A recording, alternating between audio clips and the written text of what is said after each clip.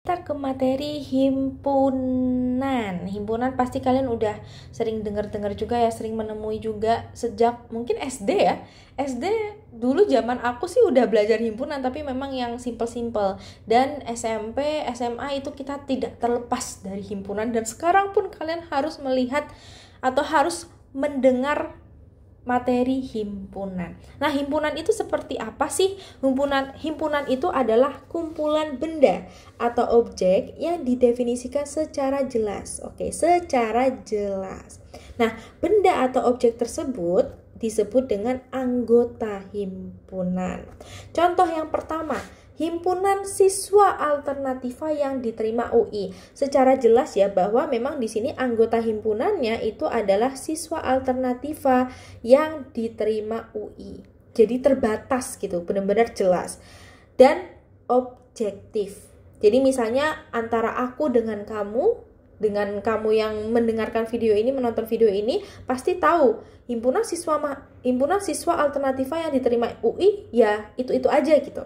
Nah, yang kedua, himpunan bilangan ganjil kurang dari 20. Ini juga didefinisikan secara jelas bahwa nanti himpunannya itu adalah 1, 3, 5, 7, 9, 11, 13, 15, 17, 19. Nah, secara jelas kan bisa kita definisikan. Sedangkan kalau misalnya aku punya kumpulan hewan lucu. Kumpulan hewan lucu antara aku dengan kamu itu pasti berbeda. Menurut aku sih buaya lucu ya, tapi mungkin menurut kalian yang nonton buaya itu sangat-sangat tidak lucu. Jadi kita nggak bisa mendefinisikan secara jelas. Seperti halnya kayak misalnya kumpulan orang baik. Menurut aku mah orangnya baik ya, tapi mungkin menurut kalian ada yang mengatakan, aku mah bukan orang baik, aku mah orang yang jahat gitu. Terus misalnya juga koleksi boneka yang bagus ini di sini kan dia subjektif ya. Kadang menurut aku bagus, menurut orang lain belum tentu bagus. Makanya untuk ketiga ini dia tidak bisa kita sebut himpunan. Nah, jenis-jenis himpunan yang pertama adalah himpunan semesta. Asik, semestaku ya. Nah, himpunan semesta ini adalah himpunan yang memuat semua anggota tertentu.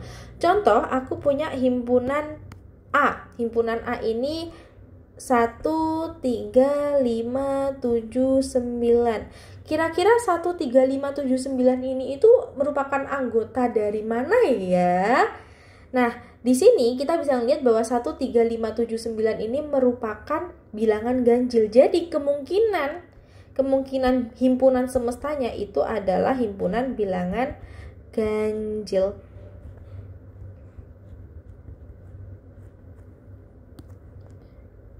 Nah, selanjutnya kita punya himpunan kosong. Himpunan kosong itu tidak memiliki anggota. Himpunan yang tidak memiliki anggota. Contohnya, himpunan A adalah himpunan nama bulan yang berawalan dari Z.